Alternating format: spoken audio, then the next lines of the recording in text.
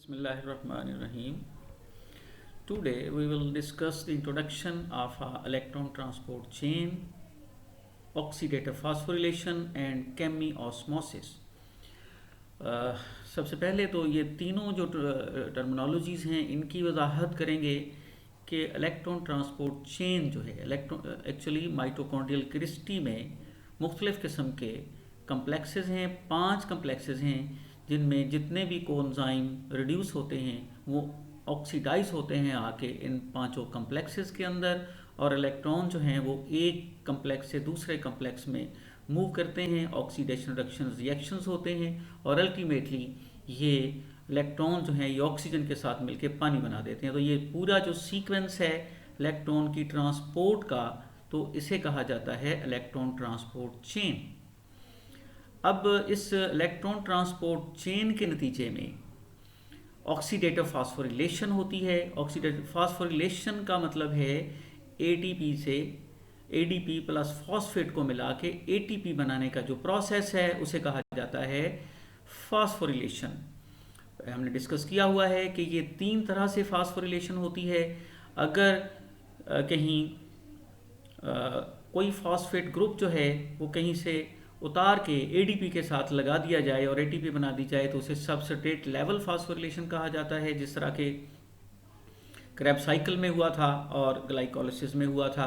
लेकिन अगर यही एटीपी जो है वो एटीपी सिंथेटेज जो है वो अपनी प्रोटॉन की मूवमेंट से करे और वो अगर हो रही हो माइटोकॉन्ड्रिया में इलेक्ट्रॉन ट्रांसपोर्ट चेन के नतीजे में जो प्रोटॉन का ग्रेडियंट बनता है वहाँ से अगर ये फास्फोरिलेशन होती है तो उसे कहा जाता है ऑक्सीडेटिव फास्फोरिलेशन। तो इलेक्ट्रॉन ट्रांसपोर्ट चेन का प्रोसेस जो है ये कपल्ड होता है विद ऑक्सीडेटिव फास्फोरिलेशन के साथ मुंसलिक होता है, और जिस तरीके से ऑक्सीडेटिव फास्फोरिलेशन होती है मतलब कि वो जो एटीपी सिंथेटेज है वो फंक्शन करता है पूरा और प्रोटॉन का ग्रेडियंट बनता है। उस प्रोटॉन के ग्रेडियंट बनने के मैकेनिज्म को मिचेल ने स्टडी किया था और उसको कहा जाता है केमियोस्मोसिस, मिचेल्स हाइपोथेसिस या केमियोस्मोसिस। तो ये था 3 जो टर्मिनोलॉजी हैं इनके बारे में। तो देखते हैं कि इलेक्ट्रॉन ट्रांसपोर्ट चेन जो है वो क्रिस्टी में किस तरह होती है। तो इससे पहले ज़रा हम रिव्यू करते हैं इलेक्ट्रॉन एरोबिक रेस्पिरेशन का। कि एरोबिक रेस्पिरेशन में हमने कहा था कि एरोबिक रेस्पिरेशन जो है वो ग्लाइकोलिसिस से शुरू होती है। ग्लाइकोलिसिस जो है that has been broken down into 2 pyruvate and ATP, और एक NADH जो है वो रिड्यूस होता है। ये जो एटीपी है इसे सबस्ट्रेट लेवल फास्फोरिलेशन कहते हैं, और एक ये कोएंजाइम जो प्रोड्यूस हुआ है ये इलेक्ट्रॉन ट्रांसपोर्ट चेन में जाएगा, और ये पायरोवेट जो है सेकंड स्टेप में ये इसकी ऑक्सीडेटिव डीकार्बोक्सिलेशन होती है और एसिटाइल कोए बनता है माइटोकॉन्ड्रिया के अंदर, और एक और NADH जो है प्रोड्यूस होता है, और ये भी फिर इलेक्ट्रॉन ट्रांसपोर्ट चेन में जाके ऑक्सीडाइज होगा। और उसके बाद ये एसिटाइल को ए जो है that inter into the Krebs cycle, और ये एसिटाइल को ए जो है क्रेब्स साइकिल में कंज्यूम होगा और उसके नतीजे में एटीपी बनेगी। ये भी सबस्ट्रेट लेवल फास्फोरिलेशन है, और कोएंजाइम 2 तरह के कोएंजाइम वहाँ रिड्यूस होंगे, एक होंगे NADH और दूसरे होंगे FADH, और साथ में कार्बन डाइऑक्साइड रिलीज होगी। तो जितने भी ये सारे के सारे ये वाले कोएंजाइम, ये वाले कोएंजाइम और ये दोनों जो हैं coenzyme all will inter into the electron transport chain, और वहाँ ये ऑक्सीडाइज होंगे और प्रोटॉन का ग्रेडियंट इस्टेब्लिश करेंगे, और जिसके नतीजे में एटीपी सिंथेटेज जो है वो एक्ट करेगा, और जो इलेक्ट्रॉन्स होंगे वो अल्टीमेटली ऑक्सीजन के साथ हाइड्रोजन के प्रोटॉन के साथ मिलके पानी के मॉलिक्यूल जो है वो जनरेट करेंगे। तो ये एक प्रीवियस रिव्यू था। तो अब देखते हैं कि इलेक्ट्रॉन चेन किस तरह चलती है। ये इलेक्ट्रॉन ट्रांसपोर्ट चेन जो है ये माइटोकॉन्ड्रिया की क्रिस्टी के अंदर एम्बेडेड होती हैं। जितने भी कम्प्लेक्सेस हैं ये माइटोकॉन्ड्रियल क्रिस्टी के अंदर एम्बेडेड हैं। तो ये हज़ारों के हिसाब से इस तरह की जो इलेक्ट्रॉन ट्रांसपोर्ट चेन्स हैं वो सारी ये जो मेम्ब्रेन है इसके अंदर एम्बेडेड होंगे। सारी जो क्रिस्टल मेम्ब्रेन है इसके अंदर एम्बेडेड होंगे। तो अगर हम इसका बर्ड्स आई व्यू लेते हैं, ये माइटोकॉन्ड्रिया का स्ट्रक्चर है, आउटर मेम्ब्रेन, इनर मेम्ब्रेन, और ये इनर मेम्ब्रेन स्पेस है, और ये माइटोकॉन्ड्रियल मैट्रिक्स है। ये माइटोकॉन्ड्रियल मैट्रिक्स में पायरुवेक एसिड की डिकार्बोक्सिलेशन होके एसिटाइल कोए बना था, और यहीं पे क्रेब्स साइकिल जो है वो ऑपरेट होता है। और माइटोकॉन्ड्रियल क्रिस्टी जो है, इसमें इलेक्ट्रॉन ट्रांसपोर्ट चेन जो है, इसके जितने भी कम्प्लेक्सेस हैं वो एम्बेडेड होते हैं। और यहाँ पे चूँकि ये एक सेल्फ रेप्लिकेटिंग ऑर्गेनेली है, इसका अपना डीएनए होता है, और ये इसके राइबोसोम्स होते हैं जो कि बहुत सारे एंजाइम्स और कोएंजाइम की फॉर्मेशन में इन्वॉल्व होते हैं। तो ये एक बर्ड्स आई व्यू है। तो यहाँ से जो अगर छोटा सा पोर्शन यहाँ से हम लेके इसको डिस्कस करेंगे कि ये इलेक्ट्रॉन ट्रांसपोर्ट चेन जो है वो किस तरह ऑपरेट होती है। ये है इलेक्ट्रॉन ट्रांसपोर्ट चेन, और ये वही क्रिस्टी की मेम्ब्रेन है, और एक तरफ ये मैट्रिक्स साइड है और दूसरी तरफ इनर मेम्ब्रेन स्पेस है। ये दोनों साइड जो हैं ये इम्पोर्टेंट हैं। और ये इलेक्ट्रॉन ट्रांसपोर्ट चेन जो है, ये इसको इंट्रोडक्शन है। ये 5 इसके कम्प्लेक्सेस हैं। पहला जो कम्प्लेक्स है ये एल शेप कम्प्लेक्स होता है, और ये कम्प्लेक्स जो है इसका नाम है NADH डिहाइड्रोजिनेज, और इसको NADH ऑक्सीडोरिडक्टेज भी कहते हैं। और दूसरा जो कम्प्लेक्स है वो है सक्सिनेट रिडक्टेज, और ये एक इम्पॉर्टेंट एंजाइम है। ये क्रेब्स साइकिल के अंदर भी होता है, जहाँ पे सक्सिनेट को फ्यूमारेट में कन्वर्ट किया जाता है, और एक FADH2 जो है वो रिड्यूस होता है। ये वही वाला एंजाइम है, और क्रेब्स साइकिल के सारे एंजाइम जो हैं वो मैट्रिक्स में होते हैं, लेकिन एक एंजाइम ये वाला जो है ये अटैच होता है इनर मेम्ब्रेन के साथ, और ये इलेक्ट्रॉन ट्रांसपोर्ट चेन का पार्ट भी है, और ये क्रेब्स साइकिल का पार्ट भी है। तो तीसरा जो कम्प्लेक्स इसका है उसे साइटोक्रोम C ऑक्सीडोरिडक्टेज कहते हैं। ये भी बहुत इंपॉर्टेंट होता है, और इसके अंदर भी मुख्तलिफ़ किस्म के इलेक्ट्रॉन कैरियर्स होते हैं, जिनका जिक्र जो है वो बाद में आएगा। और इसके साथ फिर जो एक और कोएंजाइम Q है, जो कि कम्प्लेक्स 2 से इलेक्ट्रॉन को एक्सेप्ट करता है, और 1 से भी एक्सेप्ट करता है, और अल्टीमेटली ये जो है इलेक्ट्रॉन कम्प्लेक्स 3 को देता है। और जो कम्प्लेक्स 3 है उसके साथ एक और मोबाइल प्रोटीन अटैच होती है, which is known as cytochrome C। यहाँ से इलेक्ट्रॉन लेती है ये साइटोक्रोम C, यहाँ से डिटैच होती है, और दोबारा डिटैच जाके फिर कम्प्लेक्स 4 के साथ हो जाती है। और कम्प्लेक्स 4 जो है इसका नाम है साइटोक्रोम ऑक्सीडेज, चूँकि ये साइटोक्रोम C को ऑक्सीडाइज करती है, और इसके अंदर भी इलेक्ट्रॉन ट्रांसपोर्ट कैरियर्स होते हैं, जो कि फिर बाद में ऑक्सीजन इंटर होती है, उनके साथ इलेक्ट्रॉन जो हैं वो मिलते हैं और प्रोटॉन मिलते हैं, और 2 वाटर के मालिक्यूल यहाँ जनरेट हो जाते हैं। तो यहाँ इलेक्ट्रॉन ट्रांसपोर्ट चेन का एंड हो जाता है आके। तो ये जो मुख्तलिफ़ किस्म के हम कम्प्लेक्स हैं, ये सिर्फ इलेक्ट्रॉन कैरियर्स नहीं हैं, एक और भी इनका काम है कि ये प्रोटॉन जो हैं इनको पंप करते हैं। तो ये प्रोटॉन पंप के तौर पे भी एक्ट करते हैं। ये देखिए कम्प्लेक्स 1 जो है ये भी प्रोटॉन पंप है, ये जो कम्प्लेक्स 3 है ये भी प्रोटॉन पंप है, और 4th कम्प्लेक्स जो है ये भी प्रोटॉन पंप है। ये सारे प्रोटॉन जो होंगे ये सारे के सारे अल्टीमेटली ये इस ATP सिंथेटेज में से गुजरेंगे। चूँकि ये मेम्ब्रेन जो है ये इम्परमिएबल है, यहाँ से ये मूव नहीं कर सकते, तो सिर्फ यही एक रास्ता होता है इनके मूव करने का। तो जब ये मूव करते हैं तो ATP का प्रोसेस जो है वो होता है। तो यहाँ से फिर दोबारा स्टार्ट करते हैं कि जितने भी कोएंजाइम जो हैं वो मुख्तलिफ़ जगहों पे रिड्यूस हुए हैं, वो ग्लाइकोलिसिस में हुए हैं, या पायरुवेक एसिड की एसिटाइल कोएंजाइम A फॉर्मेशन में हुए हैं, या क्रेब्स साइकिल में हुए हैं। जितने भी NADH जो हैं वो रिड्यूस हुए हैं, वो यहाँ पे कम्प्लेक्स 1 के साथ आएंगे। ये अपने इलेक्ट्रॉन जो हैं ये डिलीवर करेंगे। यहाँ पे 2 डोमेन्स इसके अंदर होती हैं, एक है FMN और दूसरी है फेरस सल्फर प्रोटीन। तो ये पहली जो डोमेन है इलेक्ट्रॉन इसको मिलेंगे, तो ये है फ्लेवन मोनो न्यूक्लियोटाइड, और ये FMNH2 हो जाएगी, और जब ये जो है ये ऑक्सीडाइज हो जाएगा NAD में, और इलेक्ट्रॉन जो है वो इसको डिलीवर कर दिए जाएंगे, और ये हो जाएगा FMNH2।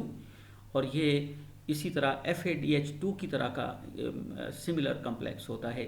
तो ये अपने इलेक्ट्रॉन फिर डिलीवर करता है फेरस सल्फर प्रोटीन को, और फेरस सल्फर प्रोटीन जो है वो अपने इलेक्ट्रॉन जो है वो यहाँ पे एक UBQ नोन होता है, तो ये UBQ नोन को डिलीवर कर देता है। और साथ में यहाँ पे 4 प्रोटॉन जो हैं वो इनर मेम्ब्रेन स्पेस में पंप आउट कर देता है। तो जैसे कि अभी मैंने कहा कि ये जो कम्प्लेक्स 1 है ये इलेक्ट्रॉन ट्रांसपोर्टर भी है और प्रोटॉन पंप का काम भी करता है, और 4 प्रोटॉन जो है वो पंप कर देता है इनर मेम्ब्रेन स्पेस में। तो यहाँ जब UBQ नोन जो है वो जब इलेक्ट्रॉन ले लेता है तो ये UBQ नोन QH2 बन जाता है।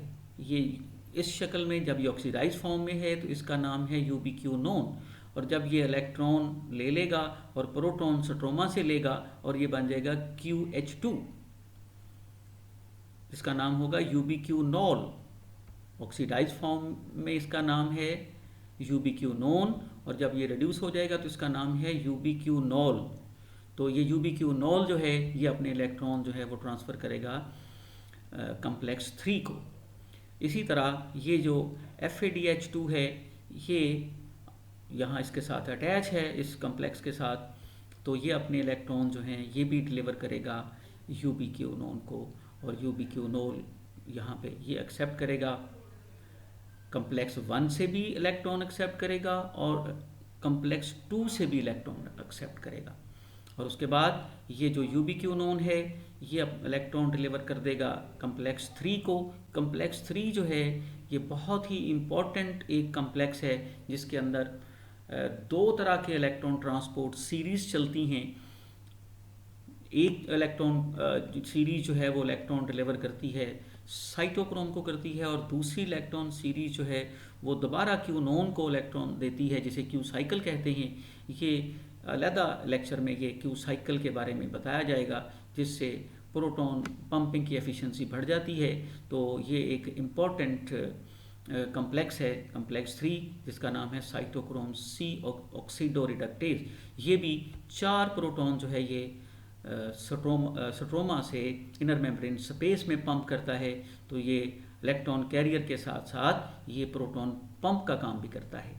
और उसके बाद इसके साथ अटैच फॉर्म में एक मोबाइल प्रोटीन होती है जिसका नाम है साइटोक्रोम C, और यहाँ से इलेक्ट्रॉन जो हैं वो इसको मिल जाते हैं साइटोक्रोम C को। साइटोक्रोम C जो है एट ए टाइम एक इलेक्ट्रॉन जो है उसको एक्सेप्ट करती है, जबकि ये जो UBQ नोन है ये 2 इलेक्ट्रॉन को एक्सेप्ट करता है एट ए टाइम।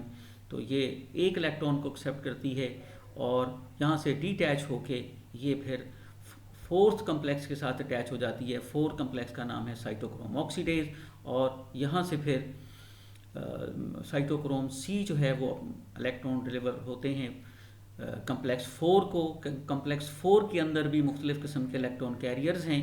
ये सारे कैरियर्स की कम्प्लेक्सेस की जो तफसील है, इनके आपस में असेंबलेज की जो सारी तफसील है ये अलहदा लेक्चर में बयान की जाएगी। और ये जो 4th कम्प्लेक्स है इसके अंदर भी मुख्तलिफ़ किस्म के इलेक्ट्रॉन कैरियर्स हैं जो कि अल्टीमेटली ऑक्सीजन इंटर होती है, और इलेक्ट्रॉन जो है वो ऑक्सीजन के साथ मिलके प्रोटॉन के साथ मिलके 2 वाटर मालिक्यूल बना देते हैं, और यहाँ आके इलेक्ट्रॉन ट्रांसपोर्ट चेन का एंड हो जाता है। तो इसके नतीजे में हमारे पास यहाँ इनर मेम्ब्रेन स्पेस में मुख्तलिफ़ किस्म के जो प्रोटॉन्स हैं, यहाँ पे फ़र्ज़ कीजिए 4 प्रोटॉन्स जो हैं वो जमा हो गए, इसने भी 4 प्रोटॉन जमा कर दिए, यहाँ पे पंप कर दिए, और यहाँ 2 प्रोटॉन पंप हो गए। तो टोटल अगर हम यहाँ से देखें NADH जो है इसने 4 प्रोटॉन यहाँ पे, 4 प्रोटॉन यहाँ पे और 2 प्रोटॉन यहाँ पे, 10 प्रोटॉन जो हैं 10 प्रोटॉन जो हैं वो पंप हुए हैं। अगर एक NADH जो है वो कम्प्लेक्स 1 से चल के अल्टीमेटली 4 से होता हुआ अपने इलेक्ट्रॉन को यहाँ मतलब वाटर तक पहुँचाते हुए 10 प्रोटॉन जो है उनको अक्यूमुलेट करता है इनर मेम्ब्रेन स्पेस में। हमें ये जानना भी ज़रूरी है कि यहाँ ये प्रोटॉन जो हैं ये एक्चुअली ये ATPase जो सिंथेटेज है इसको ऑपरेट करने वाले हैं, आप समझें इनका फ्यूल हैं। तो यहाँ पे ये सारे जो हैं यहाँ से इस चैनल के थ्रू मूव करेंगे तो ATP बनेगी। तो ये इसकी जो कैटालिसिस है वो ये प्रोटॉन की जो मूवमेंट है इससे इसकी कैटालिसिस होती है। तो इसलिए ये प्रोटॉन का यहाँ जो बनना है ये बहुत इम्पॉर्टेंट है। तो रिसर्चर ये कहते हैं कि अगर 4 प्रोटॉन जो हैं वो इस चैनल में से मूव करें एट ए टाइम तो एक ATP का मालिक्यूल जनरेट होता है। इस हवाले से अगर कैलकुलेशन करें तो चूँकि NADH जो है वो 10 ATP 10 प्रोटॉन जो है वो एक्यूमुलेट करता है। तो इस तरह इसका मतलब ये हुआ कि 2.5 ATP मालिक्यूल जो है वो एक NADPH जो है वो जनरेट करेगा। जबकि FAD जो है उसको देख लेते हैं कि FAD जो है यहाँ से 4 प्रोटॉन को एक्यूमुलेट होते हैं उसकी वजह से और 2 यहाँ होते हैं। तो टोटल 6 ATP नहीं प्रोटॉन जो हैं वो यहाँ पे एक्यूमुलेट होते हैं। इस केस में 10 हुए थे और FADH2 के केस में 6 हैं। तो इसलिए FADH जो है ये कम एनर्जी प्रोड्यूस करता है NADH के मुकाबले में। और अगर उसी हिसाब से कैलकुलेट करें तो ये जो 6 मालिक्यूल इसके बने हैं तो ये जो हैं ये 1.5 ATP मालिक्यूल जो हैं वो प्रोड्यूस करेंगे। तो इस तरह ये इलेक्ट्रॉन ट्रांसपोर्ट चेन जो है यहाँ पे इसको ऑक्सीडेटिव फॉस्फोरिलेशन कहेंगे। वो जो ATP यहाँ पे ATP सिंथेटेज बनाएगा उसको हम ऑक्सीडेटिव फॉस्फोरिलेशन कहेंगे। जिस मैकेनिज्म के तहत ये बनाएगा वो मैकेनिज्म है कि प्रोटॉन का ग्रेडियंट बनना। और ये जो ग्रेडियंट है इसका सबसे पहला जो हाइपोथेसिस जो दिया था वो मिचेल्स ने दिया था, उसके नाम पे ये है। मिचेल्स हाइपोथेसिस भी कहते हैं और केमी ऑस्मोसिस कहते हैं। इसकी डिटेल जो है वो अलग से लेक्चर में जो है वो बयान की जाएगी। तो अगली स्लाइड में देखते हैं इसकी कैलकुलेशन। जैसा कि हमने अभी जिक्र किया था कि NADH जो है वो अगर कम्प्लीटली ऑक्सीडाइज होता है और वो कम्प्लेक्स 4 तक जाता है तो वो 10 प्रोटॉन जो है वो प्रोड्यूस करेगा। और FAD जो है FADH2 जब अपनी रिड्यूस फॉर्म से ऑक्सीडाइज फॉर्म में जाएगा और अपने इलेक्ट्रॉन जो है वो कम्प्लेक्स 4 तक पहुंचाएगा तो वहाँ पे 6 प्रोटॉन जो हैं वो जनरेट होंगे।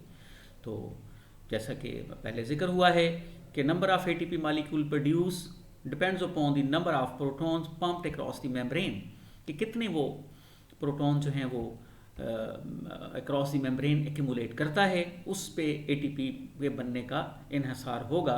तो अगर ये 10 बनाता है और ये 6 बनाता है, और यहाँ देखिए कि 4 protons when move through the ATP synthetase 1 molecule of ATP is generated. एक मॉलिक्यूल ATP का बनाने के लिए 4 प्रोटॉन जो हैं वो उस चैनल में से मूव करते हैं।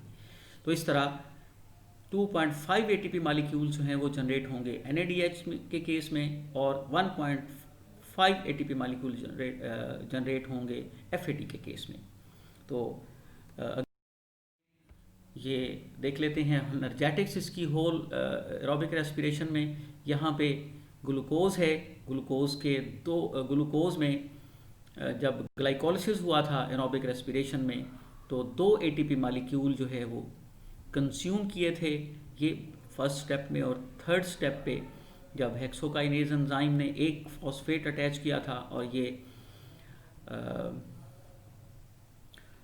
तीसरे स्टेप में एक जो है ATP जो है वो कंज्यूम हुआ था। तो 2 ATP मॉलिक्यूल कंज्यूम हुए थे और यहाँ पे एक NADH प्रोड्यूस होता है एक साइकिल में। चूँकि 2 साइकिल वहाँ पे ऑपरेट होते हैं ग्लिसरॉल्डिहाइड 3 फॉस्फेट से, तो 2 यहाँ पे एक ग्लूकोज के मॉलिक्यूल से 2 NADH प्रोड्यूस होते हैं और इससे फिर 2.5 मल्टीप्लाई बाई 2 5 ATP मॉलिक्यूल हो जाएंगे।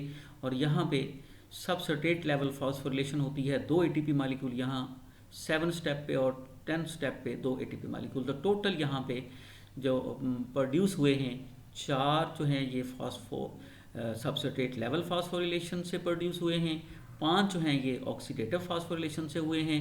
टोटल जो है ये 9 बन जाते हैं, 9 हो गए हैं। इसमें से 2 अगर जो है ये कंज्यूम हुए उनको अगर निकाल दिया जाए तो टोटल स्कोर हमारे पास जो है वो 7 ATP मॉलिक्यूल जो है वो रह जाता है। तो इसका मतलब ये हुआ कि अगर ग्लूकोज जो है ग्लाइकोलिसिस के प्रोसेस में एनरोबिकली रिस्पायर करता है तो उसके नतीजे में नेट 7 एटीपी मॉलिक्यूल जनरेट होते हैं। इसी तरह ये जो क्रैब साइकिल है उसमें मुख्तलिफ जो स्टेप थे वहाँ पे NADH प्रोड्यूस हुआ था, ये आइसोसिट्रेट डिहाइड्रोजिनेज ने प्रोड्यूस किया था। चूँकि दो एसिटाइल कोए बनते हैं तो दो क्रैब साइकिल जो हैं वो ऑपरेट होते हैं, तो इसलिए हर एक जो उसकी प्रोडक्ट थी उसको 2 से मल्टीप्लाई कर दिया गया है। इस तरह 2.5 एक NADH प्रोड्यूस करता है, 2 जो है 5 कर देंगे, फिर एक और जो प्रोड्यूस होता है वो 5 दे देगा। तो ये और यहाँ पे एक सबस्ट्रेट लेवल फास्फोरिलेशन का ATP प्रोड्यूस होता है, चूँकि 2 होते हैं तो इसका मतलब स्कोर 2 हो गया। और यहाँ पे FADH2 जो है वो 2 प्रोड्यूस होंगे 2 साइकिल में, और इसलिए यहाँ पे 1.5 मल्टीप्लाई बाई 2 3 ATP मॉलिक्यूल। और एंड पे जब मैलेट डिहाइड्रोजिनेज जो है वो NADH प्रोड्यूस करता है तो 2 साइकिल में 2 प्रोड्यूस हो जाएंगे, तो 5 ये हो गया। तो टोटल स्कोर जो है ये 20 हो गया, जिसमें से 2 जो हैं वो सबस्ट्रेट लेवल फास्फोरिलेशन के ATP हैं और बाकी 18 जो हैं ये ऑक्सीडेटिव फास्फोरिलेशन के ATPs हैं। तो total net generation of an glycolysis 7 ATP molecule. और जब एसिटाइल कोए फॉर्मेशन हुई थी तो 2 दफ़ा एसिटाइल कोए बनता है, तो इसलिए 2.5 मल्टीप्लाई बाई 2 5 ये हो गए। तो सिट्रिक एसिड साइकिल में 20 हो गए। तो ये टोटल स्कोर जो है ये 32 ATP मॉलिक्यूल्स यहाँ पे बन गए हैं। तो कुछ साइंसदानों का ये ख्याल है कि ये जो ग्लाइकोलिसिस में NADH रिड्यूस होता है, चूँकि ये NADH जो है ये साइटोसोल में होता है और इसने मूव करके फिर माइटोकॉन्ड्रियल मैट्रिक्स में जाना होता है और इसके वहाँ पे कैरियर्स हैं, और जब ये इनको वो ट्रांसपोर्ट करते हैं मैट्रिक्स में तो ये 2.5 की बजाय ये FAD की तरह बिहेव करता है और 1.5 ATP मॉलिक्यूल एनर्जी जनरेट करता है। अगर इस लॉजिक को भी साथ शामिल कर लिया जाए तो यहाँ पे स्कोर में 2 ATP मॉलिक्यूल जो है वो माइनस हो जाएंगे, जो कि स्कोर 30 रह जाएगा। तो ये 30 से 32 ATP मॉलिक्यूल एनर्जी जो है वो एक ग्लूकोज का मॉलिक्यूल जो है वो रिलीज़ करता है। इसमें बहुत सारी वेरिएशंस हैं, बहुत सारे एंजाइम चूँकि इन्वॉल्व होते हैं। तो ये एक प्रोसेस था जिसमें ग्लूकोज से हमने स्टार्ट किया था और एंड हमने जो है वो पायरोवेट से होते हुए एसिटाइल को A पे गए और फिर हम उसको इलेक्ट्रॉन ट्रांसपोर्ट चेन में लेके गए और जितने भी वहाँ पे कोएंजाइम थे। तो ये जो एनर्जी का स्कोर है हमारे पास ये 30 से 32 ATP मॉलिक्यूल एक ग्लूकोज का मॉलिक्यूल जो है वो जनरेट होता है। इसमें थोड़ी बहुत वेरिएशन हो सकती है क्योंकि जो बहुत सारे एंजाइम हैं जो कि इस ATP को कम या ज़्यादा भी कर सकते हैं। तो ये था आज का इसके इलेक्ट्रॉन ट्रांसपोर्ट चेन और ऑक्सीडेटिव फास्फोरिलेशन के बारे में। और अब अगले लेक्चर में ये जो इलेक्ट्रॉन ट्रांसपोर्ट चेन के मुख्तलिफ कम्प्लेक्सेस हैं ये बहुत इंपॉर्टेंट हैं, इनके अंदर क्या होता है उसका जिक्र किया जाएगा और फिर उसकी डिटेल बताई जाएगी कि ये पूरी इलेक्ट्रॉन ट्रांसपोर्ट चेन किस तरह फंक्शन परफॉर्म करती है और ये ATP सिंथेटेज जो है ये किस तरह फंक्शन परफॉर्म करता है, ये इंशाल्लाह अगले लेक्चर में बताया जाएगा। Thank you very much.